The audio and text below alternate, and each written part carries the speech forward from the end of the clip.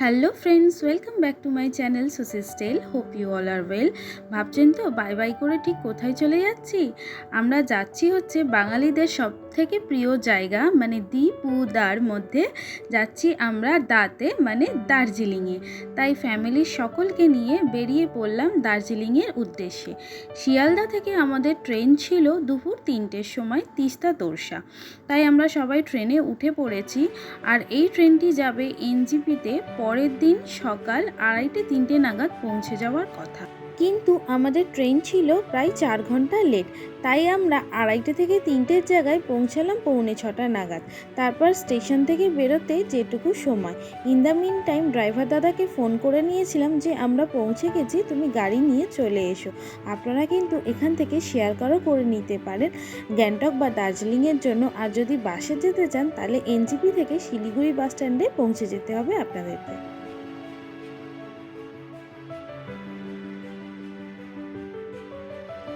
এই সময় এনজিপি স্টেশনে কিন্তু প্রচুর রাস্তায় গাড়ি বেশিক্ষণ দাঁড়ানো যাচ্ছে না, কারণ এইমাত্র ট্রেন এসেছে আর সব ট্যুরিস্টরা বেরিয়ে যে যার মতন গাড়ি ধরছে, মানে কেউ দার্জিলিং কেউ বা গ্যাংটক। আমাদের গাড়িটিও ঠিক এই জায়গাটাতে আসলে আমরা উঠে আমাদের গন্তব্যস্থানে এগোবো। আমরা গাড়িটা আগে থেকেই বুক করে রেখেছিলাম।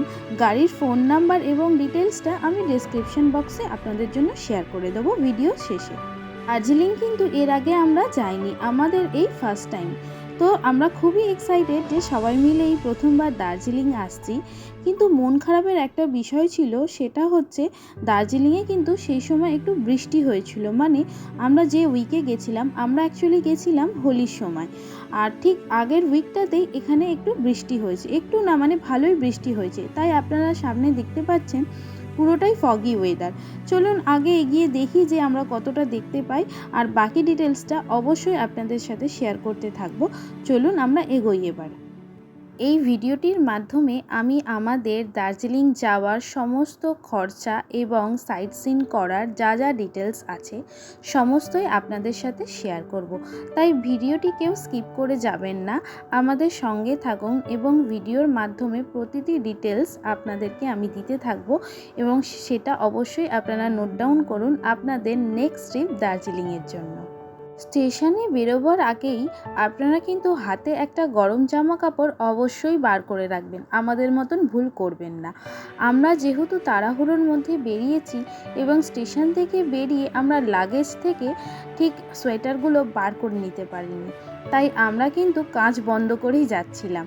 তো ড্রাইভার দাদা আমাদের বলেছিল সামনে পেট্রোল পাম্পে একটু দাঁড়াবে, সেখানে উনি তেল তুলবেন, আর ওখানে ওয়াশরুমও আছে, আপনারা ওয়াশরুমটাও যদি যেতে চান ফ্রেশ হয়ে নিতে পারেন। আর সেখানে গিয়ে আমাদের সোয়েটার কিন্তু বার করে দেবে। যেহেতু বৃষ্টি পড়েছিল তাই কিন্তু ভালোই টেম্পারেচার ছিল, আমরা কিন্তু ভীষণ ঠান্ডায় কাঁপছিলাম। আর ভোরবেলা ছিল, তার জন্য আমরা গাড়ির কাঁচ তুলে আপাতত গেছিলাম, পরে আমরা সোয়েটার বার করে নিয়েছিলাম। হাওড়া ও শিয়ালদা থেকে আপনারা এনজিপি যাওয়ার জন্য প্রচুর ট্রেন অ্যাভেলেবেল পেয়ে যাবেন, যেমন রয়েছে শতাব্দী, সরাইঘাট, পদাতিক, দার্জিলিং মেল, উত্তরবঙ্গ, কামরূপ এক্সপ্রেস, কাঞ্চনজঙ্ঘা, তিস্তা তোরসা, কাঞ্চনকন্যা, বন্দে ভারত। এই সবগুলি ট্রেন আপনারা হাওড়া বা শিয়ালদা থেকে অ্যাভেলেবেল পেয়ে যাবেন।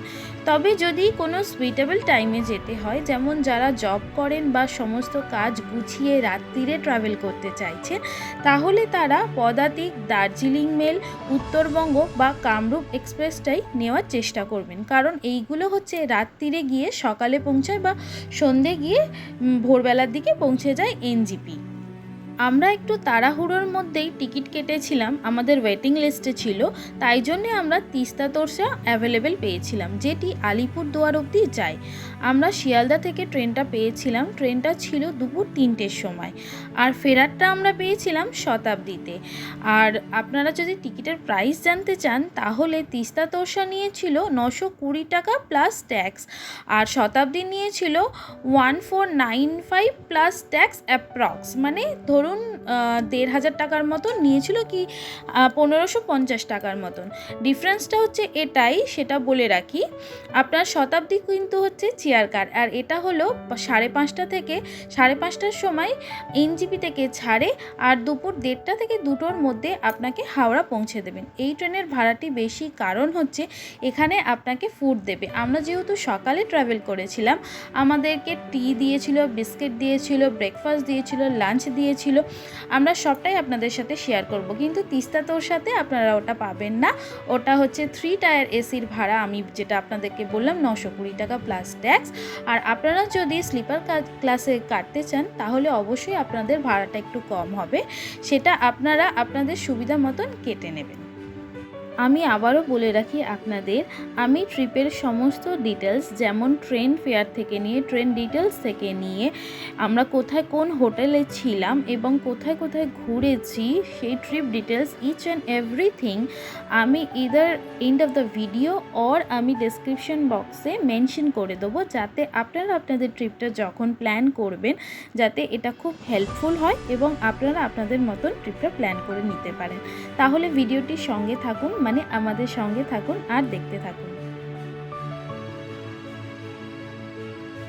আমরা যখনই পাহাড়ে যাওয়ার প্ল্যান করি, আমি চেষ্টা করি পূর্ণিমা দেখে যাতে ট্রিপটা প্ল্যান করা যায়, তাহলে ক্লিয়ার স্কাই পাবো। সেই মতনই প্ল্যান করেছিলাম এবছর দোল পূর্ণিমার সময় দার্জিলিংটা ঘুরেই আসবো, কিন্তু সেই কিছুই হলো না। মানে কিছু হলো না বলতে ওয়েদারটা ভীষণই খারাপ হয়ে গেল। 1 উইক আগে থেকে দার্জিলিংয়ে প্রচুর বৃষ্টি হচ্ছিল, তাই আমরা যতটা সিনারিও দেখবো ভেবেছিলাম সেই সিনারিওটা আমরা ভালোভাবে দেখতে পাইনি, কারণ পুরোটাই ফগি ছিল। আমি চেষ্টা করছিলাম যতটা ভিডিও করা যায়, মাঝে মাঝে ক্লিয়ার স্কাই পাচ্ছিলাম, মাঝে মাঝে বৃষ্টিও পাচ্ছিলাম, আপনারা দেখতে পাচ্ছেন। আমাদের ড্রাইভার দাদা এখন একটা রেস্তোরাঁর সামনে থেমেছে, সেইখানে ব্রেকফাস্ট করব বলে আমরা দাঁড়িয়েছি, আর সেখান থেকেই কিছু ব্যালকনি ভিউ আপনাদের জন্য রাখছি। সেখানে আপনারা দেখতে পাচ্ছেন পাহাড়টা মোটামুটি ক্লিয়ার, কিন্তু অ্যাপ্রক্সিমেটলি আপনাদের ফগি আছে, আর একটু একটু বৃষ্টিও পড়ছিল। তাই আমরা গরম গরম মোমো অর্ডার করে নিলাম, সঙ্গে নিলাম ডিম পাউরুটি আর নিলাম চা। তাই সবাই মিলে ব্রেকফাস্টটা করে এরপর দার্জিলিংয়ের উদ্দেশ্যে আবার বেরিয়ে পড়ব। এনজিপি থেকে দার্জিলিং যেতে আপনাদের প্রায় 3 থেকে 4 ঘন্টা লাগবে। রাস্তায় খুব একটা জ্যাম ছিল না বলে আমরা তাড়াতাড়ি হোটেলে পৌঁছে গিয়েছিলাম। হোটেলের নাম ছিল পাইন রিচ হোটেল, যেটি ছিল একদমই ম্যালের ওপরে। যারা মনে করছেন একটু নিচে হোটেল নেবেন না, কারণ পাহাড়ি রাস্তা মানে খাড়াই রাস্তা, তাই তাদের হেঁটে ম্যালে আসতে একটু কষ্টই হবে, তাহলে পাইন রিচ হোটেলটি অবশ্যই নিতে পারেন। আর এটি হলো ব্রিটিশ আমলের একটি বানানো হোটেল। তো চলুন, সেটাকে মডিফাই করা হয়েছে। অ্যাকচুয়ালি এটা ব্রিটিশ আমলের কোনো বিল্ডিং ছিল, সেটাকে মডিফাই করেছে।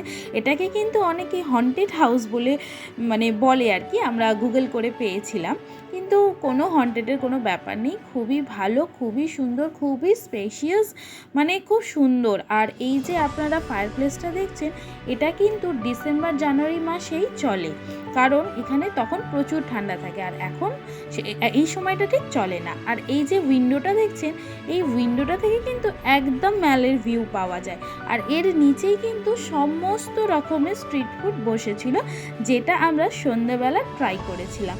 আর চলুন আপনাদের রুমটা একবার ঘুরিয়ে দেখিয়ে দিই।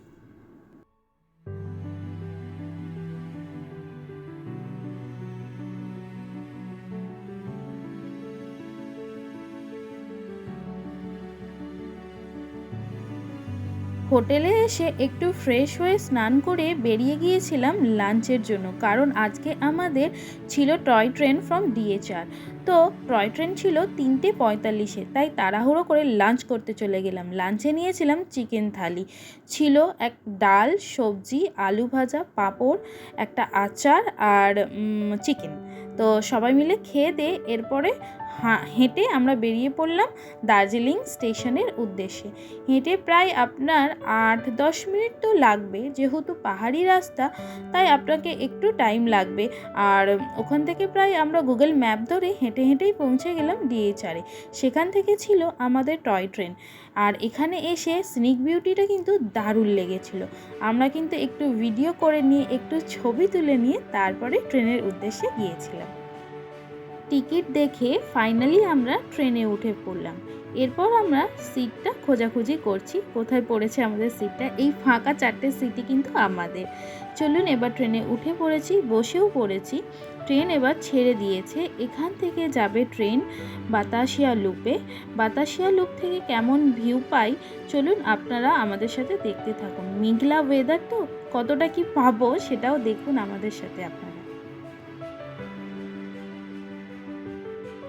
দার্জিলিংয়ে প্রথমবার এসে টয় ট্রেন ওঠার এক্সাইটমেন্টটাই আলাদা, তাই খুব এক্সাইটমেন্টের সঙ্গে টয় ট্রেন করে এবার চলে এলাম বাতাসিয়া লুপে।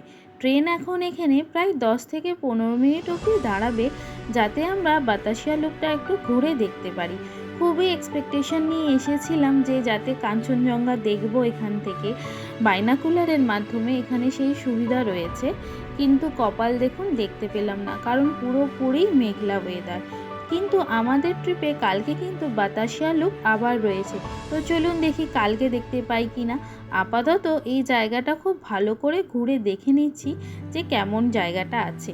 এখানে কিন্তু খুব সুন্দর সুন্দর ফুল রয়েছে, আর আপনারা কিন্তু এই জায়গাটা 10 থেকে 15 মিনিটের মধ্যেই কিন্তু ঘুরে নিয়ে ছবি তুলে আমাদের কিন্তু ব্যাক টু দ্য ট্রেন, কারণ ট্রেন এখান থেকে ছেড়ে যাবে ঘুম স্টেশনে, যেটা হচ্ছে সবথেকে হাইয়েস্ট স্টেশন, যেটা রয়েছে 7,407 ফিট ওপরে। তো চলুন দেখুন, এই জায়গাগুলো হচ্ছে বাইনাকুলার দিয়ে কাঞ্চনজঙ্ঘার ভিউ পাওয়ার জন্য, কিন্তু আমরা কিছুই দেখতে পেলাম না। খুবই আফসোসের সঙ্গে পুরো জায়গাটা ঘুরে আমাদেরকে আবার ফিরে যেতে হবে টয় ট্রেনের মধ্যে। বাতাসিয়া লুপ হচ্ছে একটি ওয়ার মেমোরিয়াল, যেখানে রয়েছে একটি পিলার এবং একটি সৈনিকের স্ট্যাচু। এটা দার্জিলিং রিজনের সৈনিকদের উদ্দেশ্যে একটি মেমেন্টো তৈরি করা হয়েছে, যারা দেশের জন্য লড়ে গিয়েছিল। এবার ট্রেন এসে থামলো ঘুম স্টেশনে, যেটা ইন্ডিয়াতে হাইয়েস্ট রেলওয়ে স্টেশন। এবার আমরা ঢুকে পড়েছি ঘুম মিউজিয়ামে। চলুন মিউজিয়ামটা একটু ঘুরে দেখি।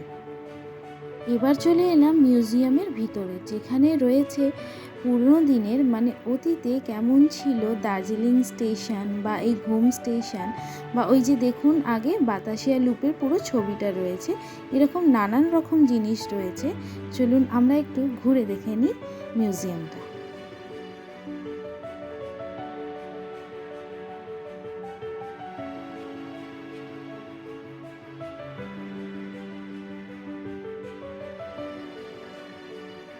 ঘুম মিউজিয়াম দেখে আমরা আবারও ফিরে যাব টয় ট্রেনে আর back to Darjeeling station. Darjeeling station থেকে শুরু হয়েছিল, আবার দার্জিলিং স্টেশনেই এন্ড হবে। আর হ্যাঁ, আপনাদেরকে বলে রাখি টয় ট্রেনের টিকিট কিন্তু আপনাদেরকে আগে থেকে কেটে নিতে হবে, আর সেটা অ্যাভেলেবেল আছে আইআরসিটিসি ওয়েবসাইটে। ওখানে গিয়ে আপনারা স্টিম ইঞ্জিনে যাবেন না আপনারা ডিজেল ইঞ্জিনে যাবেন, সেটা আপনারা দেখে টিকিটটা কেটে নিতে পারেন। স্টিম ইঞ্জিনের দাম হচ্ছে 1,500 টাকা করে টিকিট, আর যদি আপনারা ডিজেলে যান তাহলে 1000 করে টিকিট। আমরা দার্জিলিং স্টেশন থেকে চলে এলাম ম্যাল রোডে, আর ম্যাল রোডের শুরু থেকেই বিকেলবেলা বসেছে এই সুন্দর সুন্দর জিনিসগুলো। এগুলো আপনারা ঘর সাজাবার জন্য নিয়ে যেতে পারেন। এছাড়াও রয়েছে ছাতা, আর রয়েছে শীতের পোশাক সুন্দর সুন্দর। চলুন মার্কেট প্লেসটা ঘুরতে ঘুরতে একদম ম্যালের ওপরে এগিয়ে যাই।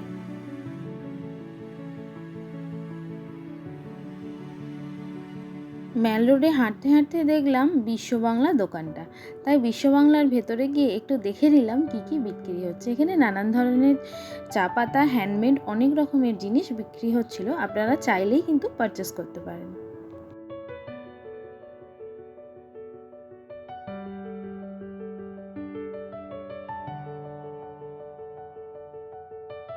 দার্জিলিংয়ে এসে যে ছবিটা না তুললে পুরো ট্রিপটাই ইনকমপ্লিট থাকে, সেটা কিন্তু আমি সকালেই তুলে ফেলেছিলাম।